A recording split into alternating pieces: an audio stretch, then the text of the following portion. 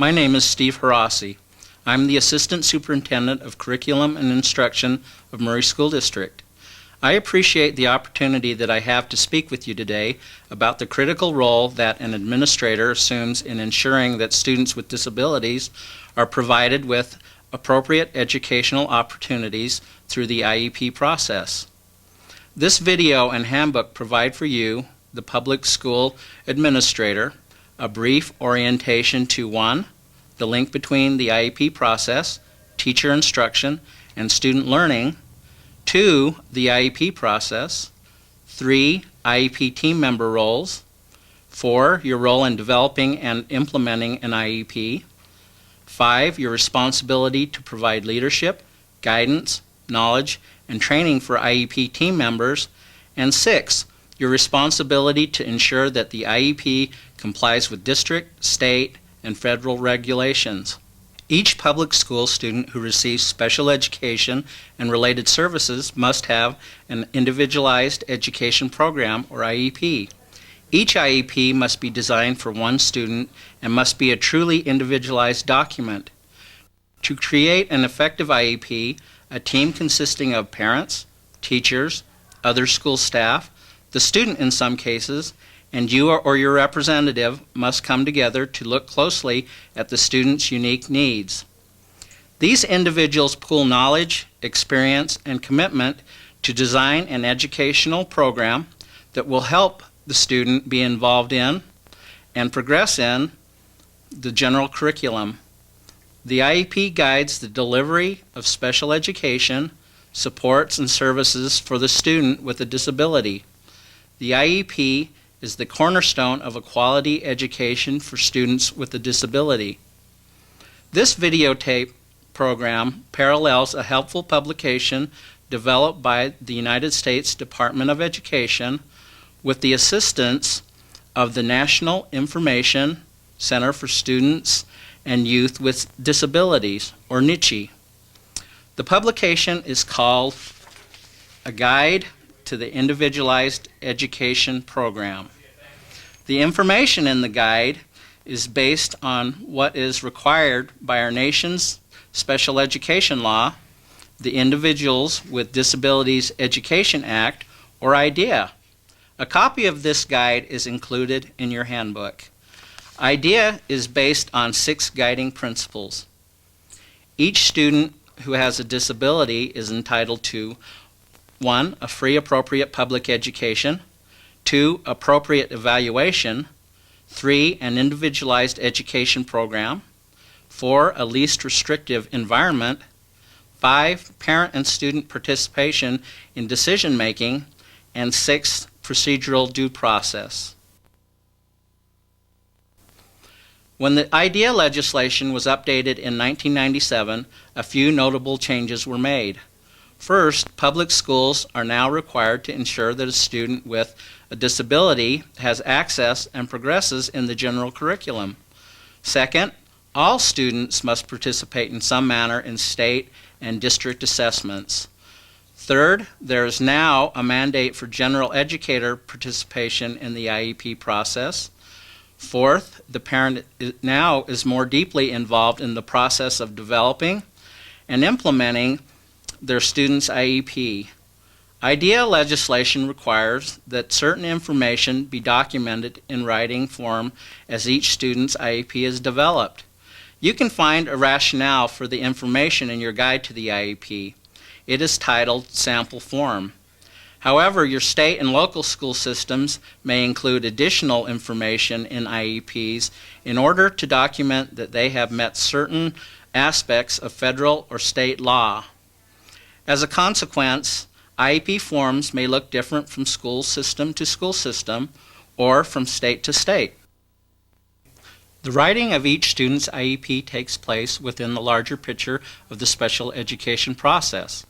That process involves a number of steps. Please open your guide and turn to the section called the Basic Special Education Process under IDEA. Let's quickly review the steps. There's more detailed information in the guide. Step 1, identify the student as possibly needing special education and related services. This is commonly referred to as child find. This step includes a referral or request for evaluation. What are you confused on?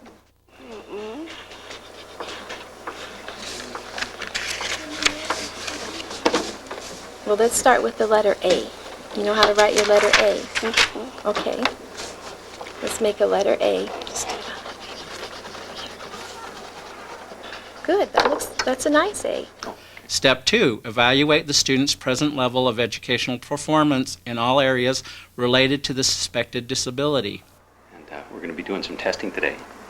Is that okay? All right. I want you to kind of take it easy, kick back, just do the best you can, but don't worry about it. All right. Step 3, professionals and parents look at evaluation results and make a decision regarding eligibility or special services. I think based on the information that we have, and as everyone shared their assessment and they're part of that assessment, that it looks like that Samantha really would qualify for some special education and related services.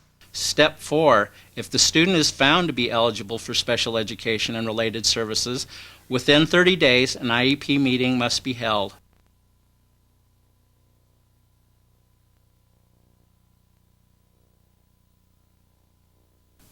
Step 5, schedule the first IEP meeting at a mutually agreed upon time and place.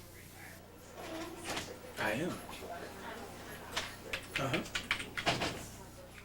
Step 6, conduct the IEP meeting and write the IEP. Today is to develop an individualized education program for J-Dell and maybe talk about some transition goals and objectives that will help her in her life. Step 7, provide special education and related services. Once there was a snowman. There you go. Step 8, measure progress toward the student's annual goals developed in the IEP meeting and report the progress to the student's parents. Recognize the signs that she uses at home, her functional signs, and I see her using them in functional activities like in the opening, raising her hand when her name is called, and the music therapist, I'm in their music class too. Step 9, review the IEP at least annually. We're going to go around and do some introductions. I know that Ty has another commitment, so why don't we have you introduce yourself and give a little bit of information. Okay. Step 10, reevaluate the student's educational performance at least every 3 years. My name is Miss Winch, and today I need you to help me do some language testing, okay?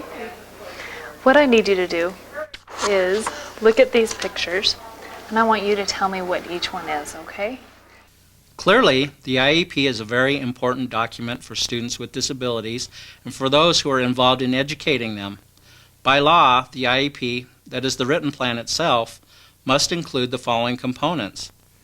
Each component is explained in greater detail in the guide to the IEP under a closer look at the IEP. 1.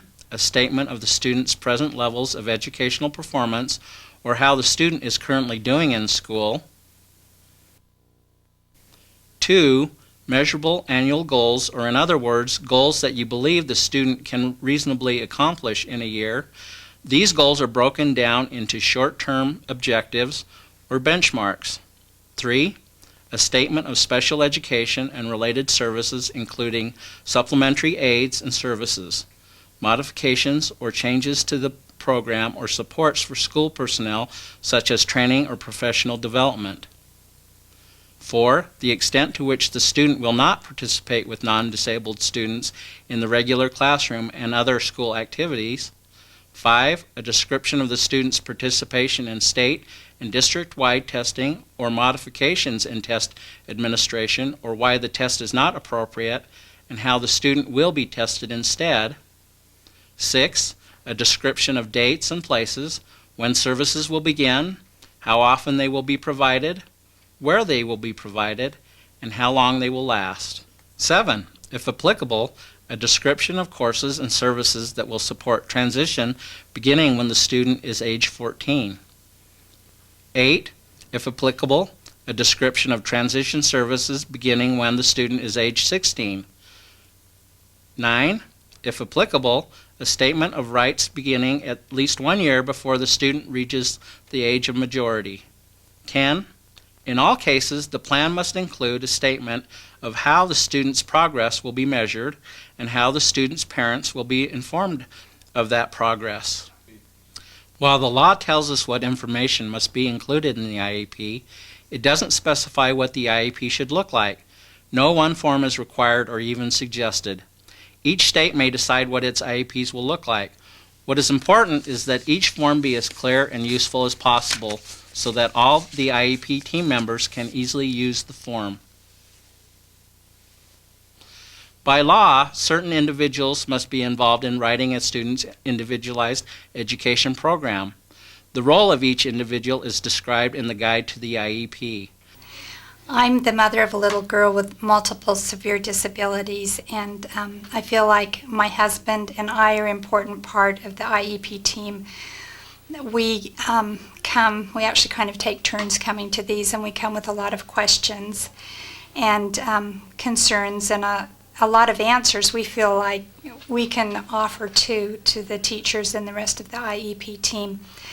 We feel like we know Caitlin at home in a way that they don't know her at school, and between all of us we can come up and supplement each other's knowledge and information, and we can support at home what they're doing at school, and they can incorporate at school the things that we have learned from her at home.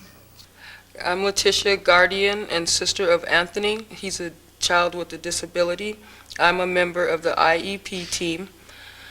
I know information about Anthony that only me and him know. I'm ready to share any information that can help or further him in any kind of education. I love my brother. I'm behind him in any kind of way. Whatever is needed from me from this program, I will be here so that he will have a good life and a great education. I am a regular education teacher. Regular education teachers are vital participants in the IEP meeting as well. At least one of the student's regular education teachers must be on the IEP team if the student is or may be participating in the regular education environment. The regular education teacher has a great deal to share with the team. For example, I might talk about the general curriculum in the regular classroom, the aids, services, or changes to the educational program that would help the student learn and achieve, and strategies to help the student with behavior, if behavior is an issue. I can also discuss the supports for school staff that are needed so that the student can advance towards his or her annual goals, be involved in progress in the general curriculum, participate in extracurricular and other activities, and be educated with other students both with and without disabilities. I am a special education teacher. I contribute important information and experience about how to educate the students in my classroom with disabilities. Because of my training, I can talk about such issues as how to modify the general education curriculum to help the students learn, how to modify testing so that the student can show what he or she has learned, and other aspects of the individualized instruction to meet the student's unique needs. In addition to writing the IEP, I work directly with the student to carry out the IEP programs by working with the students in my classroom. I also direct my instructional assistants as they run the programs for some of these students also. I work directly with the other school staff, particularly those on our multidisciplinary team. We provide the expertise about addressing the students' unique needs in our classroom. I'm one of the evaluators who work with the student. I could be a vision specialist, a psychologist, the special education teacher, the OT and PT therapists, and all of us do evaluations on the student and assess what kinds of things that student is doing currently, and then we evaluate what kinds of things, what kinds of skills would be the next step for that student to learn. We use both formal and informal assessments and use those assessments to find out what would be the most appropriate goals for that student on the IEP. I'm Anthony, and I'm a kid with a disability, and I care about my education. When an IEP is being developed for a student of transition age, representatives from transition services agencies are also important participants. Whenever a purpose of particular IEP meeting is so consider transition services, you must invite representative of any other agency that is likely to be responsible for providing or paying for transition services. We can help the team plan any transition services the student needs. We must also have the authority to commit the resources of the agency to pay for or provide needed transition services. If we cannot attend the school meeting, the school must take alternative steps to obtain our participation in the planning of the students' transition services. I'm an occupational therapist that helps students access their education within the school district. An IEP team can invite other members that have additional knowledge about the student to the IEP process. A parent can invite an advocate that might know about the student, or an professional that has expertise about the student's strengths and needs, or perhaps somebody that works with the student, such as a vocational counselor, that they might like to have come to the IEP meeting. The school team may also invite other individuals to the IEP team that may have special expertise about the student and their strengths and needs. Depending on the student's individual needs, we as professionals and related services staff that work with the students can then assist the team in things that may help the student better access their education. We include occupational and physical therapists, school psychologists, physical education providers, and speech-language pathologists, as well as school nurses. Hi, I am the local educational agency representative, or the LEA. I am a school principal, and I represent my school and really the local school system. I must be well informed about special education and the disabilities and the needs of different children. I am an important part of the team. I must be able to allocate resources, and I also must be able to ensure that the things that were written on the IEP are followed through and are given to the student. Some LEAs choose to delegate other people in their buildings to be the LEA in an IEP meeting. The problem with that is that I am the one legally responsible to make sure that the resources are allocated and that the goals and objectives in the IEP are followed through and are given to the students. So therefore, I have a legal responsibility to make sure that those things happen. If someone is unhappy, I am the person who gets sued. So it's very important that I am an integral part of the IEP and understand it, and I'm willing to follow through with it. Now, how do you go about doing all of this? Even before the IEP meeting is scheduled, there are some things you can do. Let's talk about a student who has not previously received special education services. You will probably know about concerns regarding the student's lack of progress, but your first official action will be to sign the referral for special education evaluation. This will give you a chance to talk with both the regular and special education teachers about pre-referral intervention and the student's needs. At this point, it is important that one of you contact parents to let them know about your concerns. You will then give the referral to a special education teacher or an evaluation specialist who will contact the parents and conduct an evaluation. Written prior notice and parent consent for evaluation is required before an evaluation of the student can be conducted. You must make sure that the parents understand their rights. Review the procedural safeguards pamphlet with them. When evaluation results are available, it's time to schedule a meeting with the IEP team members. The team will determine if the student meets criteria for eligibility for special education and/or related services within one of the IDEA disability categories. This can be done during the initial IEP meeting. Scheduling the IEP meeting can be challenging. Even though the special education teacher will most likely schedule the meeting, it is still your responsibility to ensure that the meeting is held. Matching school and parent schedules is difficult. It is critical, however, to make every effort to make sure that parents can attend the meeting. That is, make the meeting time and location convenient for them. When scheduling the IEP meeting, it's advisable to ask whether a student's parent or any other member of the IEP team needs interpretive services. Provide an interpreter if one's needed. For example, if the student's parents have limited proficiency in English or have a hearing impairment, provide that interpreter. In all cases, take the steps necessary to ensure that parents understand the meetings. Make multiple attempts to schedule meetings parents can attend. Document your attempts. If for some reason, after all of your efforts, the student's parents cannot physically attend the meeting, include them in the IEP planning process through a telephone conference or the like. The special education teacher sends written prior notice of the IEP meeting to all team members.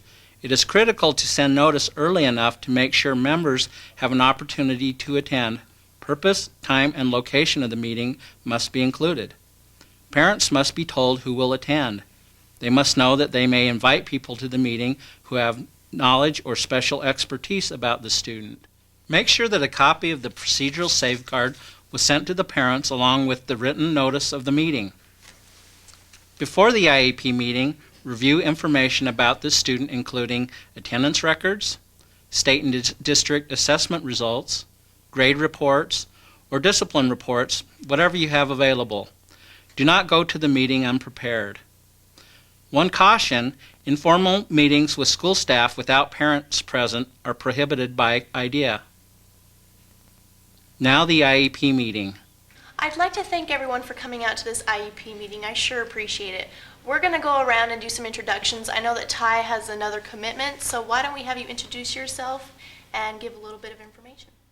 You probably noticed that in this example, the special education teacher took the lead. That doesn't have to be the case. The LEA can take the lead.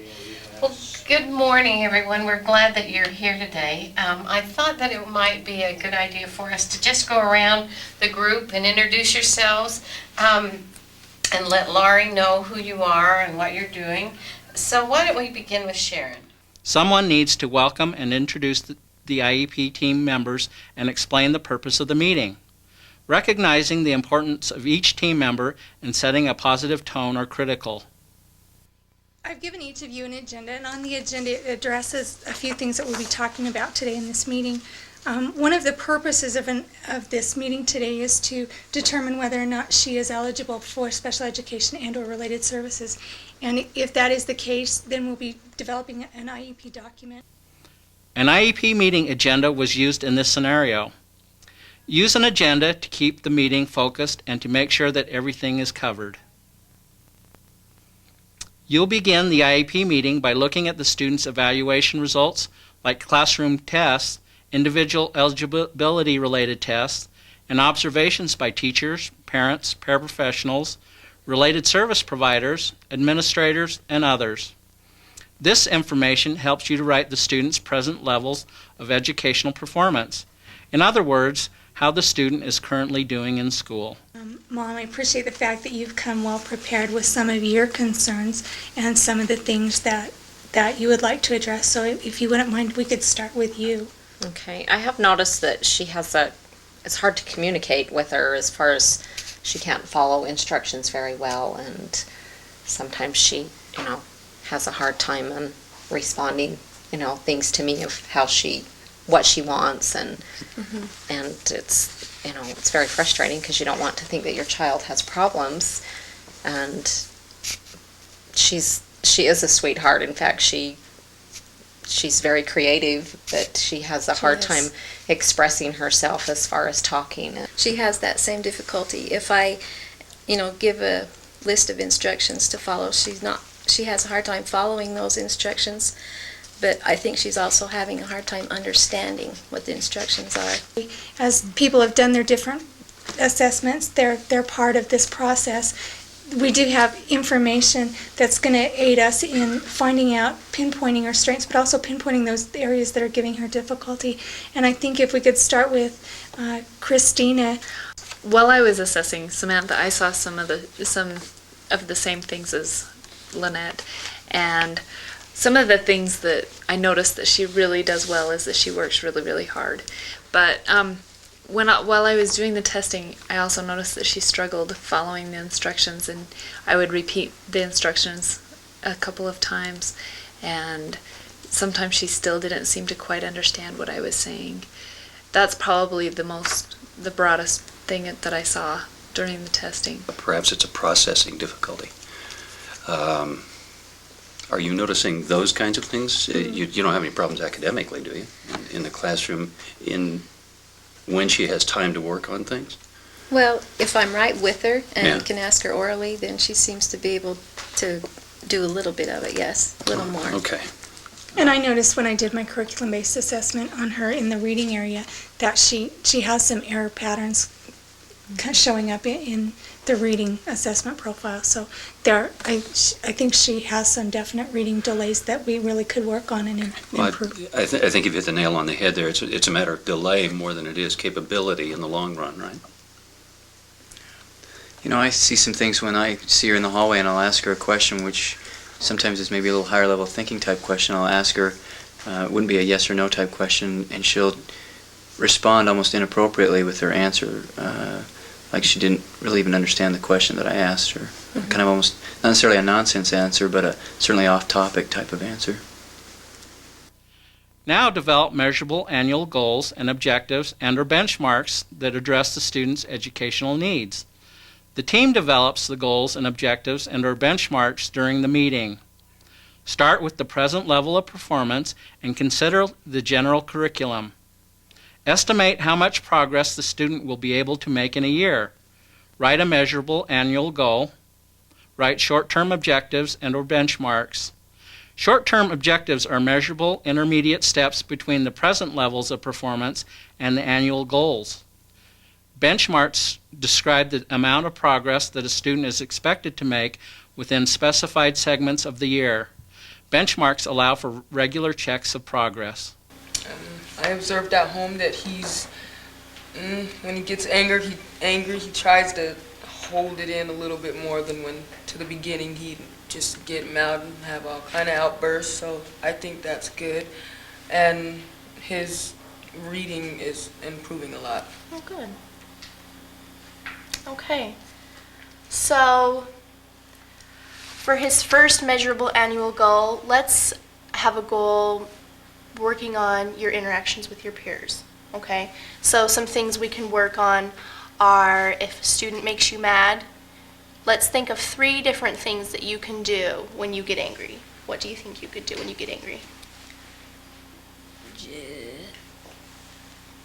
Maybe walk away. Yeah, walk away. Get out of the situation. So maybe just step yourself out. Yeah. And you won't lose negatives for that. You can just step out and say, I need to cool off, teacher. Okay? So we'll have the first one be step outside to cool off. What else do you think you can do to not get angry at your peers when they're giving you a hard time? Just walk away. Okay. Walk away. How about come tell a teacher? If a student's bugging you, Yeah. you don't want to get in trouble, so let's, just come tell a teacher if you're having a problem. Okay, let's think of one more thing we can do. You guys have any input for something you think that might help Anthony? You know, Anthony, I really like that come tell a teacher part. You remember the other day when you were having the problem in the lunchroom and you came up and you talked to me about it? I thought that was really good. If we could work on things like that, we can solve some of those problems in more appropriate ways. So I think that's one we really should be working on, okay? Yeah. As you work together, be sure to address the student's strengths, the parents' ideas for enhancing their student's education, the results of recent evaluations or reevaluations, and how the student has done on state and district-wide tests.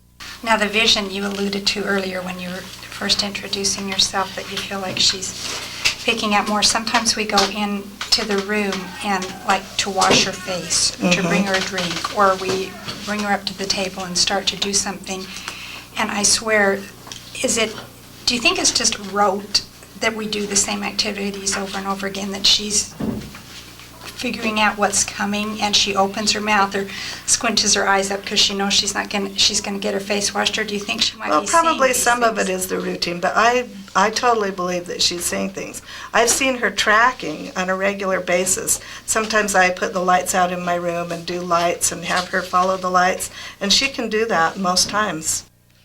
Frame your discussion around how you can help the student advance toward the annual goals, be involved in and progress in the general curriculum, participate in extracurricular and non-academic activities, and be educated with and participate with other students with disabilities and non-disabled students. For our second goal, we need to work on his English skills, okay, like you said. And how is he doing in his English class, work-wise? I think the thing that I have to do with Anthony is spend a lot of one-on-one time with him. He seems kind of easily distracted, and whenever I come over he gets back to work, but when I move away sometimes he kind of loses focus on what he needs to do. And so I'm trying to work on getting Anthony to be a little more independent and do what he needs to do in the class with staying on task. So what do you think we can do to help you stay focused on your work and not want to talk to your neighbor or sleep? Or what's going to help you stay on task? Is the work in your class too hard? Is it okay for you? It's all right. It's okay. Sometimes it gets kind of maybe boring or something. Sometimes. Sometimes you have problems though with it? Sometimes. Okay. So would you feel more comfortable if you had a student to help you with the problems rather than the teacher? Would you feel better with a peer helping you? Yeah. Okay. So maybe if we can find kind of like a peer tutor in the class to help him, and maybe they can kind of sit next to him in the class and kind of just keep an eye on him if he has any questions.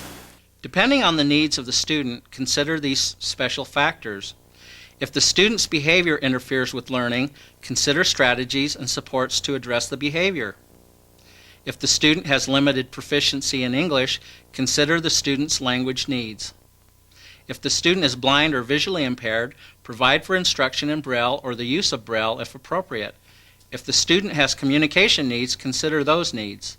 If the student is deaf or hard of hearing, consider his or her language and communication needs. Always consider the student's needs for assistive technology devices or services. You gotta push it to make the sound, to make the music. What do you hear? What do you see? Come on. Push the switch. Almost. Come on, Caitlin. Come on. Wow. All right. Good job, honey. You're doing really well with that today. If the team decides that a student needs a particular device or service, including an intervention, accommodation, or other program modification, you must include this information in the written IEP. But she's making choices by hitting a switch, choosing by pointing to symbols, choosing by eye gaze, and answering questions using the signs she knows. Those are the things that we're working on. Teacher, okay when you had problems in the classroom? Okay. Notice how the person conducting the meeting took notes and wrote things down during the discussion. I'm sure that you saw people working collaboratively together to make decisions to benefit the student. People were respectful and listened to each other. Everyone had the opportunity to express opinions and contribute ideas. This maintains the positive tone of the meeting and helps alleviate misunderstandings. Yeah, thanks for the ideas and your input. Some good ideas for me. Yeah, I had some concerns, but I think, they've pretty well been answered, and I feel good about the program. At this point, the IEP team decides the amount, frequency, and duration of special education and related services needed. You must include needed supplementary aids and services, program modifications, supports for school personnel, such as training or professional development. Caitlin attends a self-contained school for 31 hours a week, and with our related services, we have OTPT, speech, and vision are on a consult basis. Sharon also works with Caitlin individually, and our OTPT and speech people do this on a consult basis, but they also do some one-on-one with Caitlin. As a team, we meet for 45 minutes at least once a month and discuss the programs of our students and whether any changes need to be made and just how we see the students getting along. Next, the student's educational placement, or where the IEP will be carried out, must be decided. Make the placement decision based on what you know about the student, what the evaluation results mean, and what types of placements are appropriate. In all cases, remember that parents participate in this decision. Placement decisions must be made according to IDEA's Least Restrictive Environment Requirements, or LRE. To the maximum extent appropriate, students with disabilities must be educated with students who do not have disabilities. Special classes, separate schools, or other removal of students with disabilities from the regular educational environment may occur only if necessary. What types of placements are there? In the regular class with supplementary aids and services as needed. And then you do it to the 15. Do it to the 15. Cross out the 9. Cross out this 0 plus A gives I don't know B. the rest. And you got the rest. 21 minus 8. Hey, nice job on that, Clint. I really like the way you did that. Keep up the good work. J. Dale, how are you doing? I'm doing pretty good. Any questions? And your dog and your elephant? Ooh, you keep working. You're doing great, Skylar.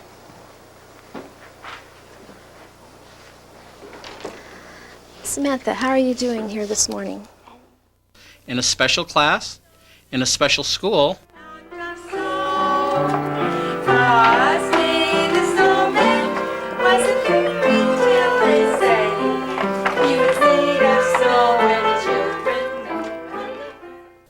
at home, in a hospital, an institution, or in another setting. You can provide an appropriate program on your own, contract with another agency, or make other arrangements consistent with IDEA. Remember that your decision must be based on the IEP and which placement option is appropriate for the student. For his IEP, we've got that you have 6 periods of self-contained and 1 period for an out class, which is your English class, and you have no related services, and you ride the bus, right? No, you ride the bus, okay? By the end of the IEP meeting, you will have developed the student's written IEP document. IEP forms and formats vary. However, the content must be consistent with IDEA requirements. Take some time to examine the forms used in your school. Be sure you know how the forms must be filled out to comply with IDEA mandates. As a part of the IEP meeting, review the procedural safeguards with the parents. Make sure that they have a copy of the pamphlet. Provide an opportunity for them to ask questions. When the IEP has been written, all IEP team members are asked to sign and date the document. You sign on the top line again. Thank you. Provide parents with a copy of the IEP document at no cost. IDEA also stresses that everyone who will be involved in implementing the IEP must have access to the document. This includes the student's regular education teacher or teachers, special education teacher, related service provider, any other service provider, such as a paraprofessional, who will be responsible for a part of the student's education. Each individual needs to know specific responsibilities for carrying out the student's IEP. This includes the specific accommodations, modifications, and supports that the students must receive. Once your team has written the IEP, it's time to carry out your plan to provide the student with the special education and related services listed in the IEP. Many issues may arise as you implement an IEP. Here are just a few of the suggestions for dealing with some of these issues. Make sure that every individual involved in providing services to the student knows and understands her or his responsibilities for carrying out the IEP. Emphasize and engender teamwork among your service professionals. Sharing expertise and insights can make everyone's job a lot easier and can certainly improve results for students with disabilities. You can encourage teamwork by giving teachers, support staff, and or paraprofessionals time to plan or work together and train on such matters as adapting the general curriculum to address the student's unique needs. Maintain communication between home and school. Parents can share information about what is happening at home and can build on what the student is learning at school. If the student is having difficulty at school, parents may be able to offer insight or help you explore possible reasons as well as possible solutions. Appoint a qualified staff member to be in charge of coordinating and monitoring the services the student receives. Having a person in charge of coordinating services can help ensure that the IEP is being carried out appropriately. Remember, the IDEA requires regular progress reports. These help parents and educators monitor student progress toward annual goals. It is important to know if the student is not making the progress expected or if he or she has progressed much faster than expected. Together, your IEP team can then address the student's needs. How we are going to measure your progress, we're going to use your grades, we're going to use behavior observations, and our daily point sheets. Okay? And your parents, Letitia is going to be informed of what's going on by parent-teacher conferences, report cards, a progress report, and your daily point sheet, since you have to have it signed, bring it back every day. Okay? The team must meet to review the student's IEP at least once a year. One purpose of this review is to see whether the student is achieving his or her annual goals. The team must revise the student's IEP if necessary to address the student's progress or lack of expected progress towards the annual goals and in the general curriculum, information gathered through any reevaluation of the student, information about the student that the parents share, information about the student that the school shares. For example, insights from the teacher based on his or her observation of the student or the student's classwork, the student's anticipated needs, or all other matters I mentioned earlier.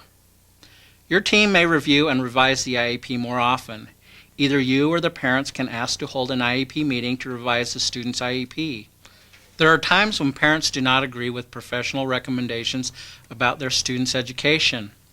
Under the law, parents have the right to challenge decisions about their student's eligibility, evaluation, placement, and the services that the school provides to the student. So I feel the best placement for Anthony at this time is going to be in the self-contained unit. Oh, that's where he's in a classroom, a small classroom by himself with other kids? Yeah. I don't agree to that. I don't think putting him in a room with other bad kids is going to solve anything. Yeah, I don't like that room either. Well, it's too little of a space for a lot of kids. Letitia, what do you think we could do? We want to help the situation if we can. I mean, I want him to be helped. I understand that he's, got problems. He's not doing good in regular school, but I just don't feel he should be stuck in a classroom with the same teacher all day, in and out. That's just going to make him not want to go to school. No, we can really understand those concerns, and I can understand why you'd feel that way. But there's some real advantages to having him where he is in that placement. And Beth Ann, why don't you explain a little bit what some of the things we're offering there in the unit are, so maybe Letitia has a little better understanding of why he's there. yeah, I totally understand your reasoning behind that, but what we work on with the kids, we work on social skills, how to interact with other peers. They don't get those kind of classes in the regular education setting.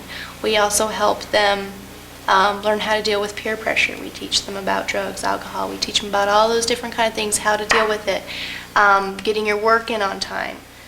We're a little bit more flexible with letting them get work in, and I just think he would be very, very successful working up on the level system. I can get together with you anytime you have any concerns. We can meet on a quarterly basis, and I'll have home notes to you home every day showing how Anthony's progress is doing. And if you still have these concerns, we can get together again and talk about maybe another placement for him. Does that sound all right? Yeah, so if he stays on task, if he gets all successful, say everything goes good, then how long do you think he'd have to be in just the one classroom? Well, after a few weeks, if he's getting, his successful days, we can get him out into a regular ed class. And then, we can build it up on like that.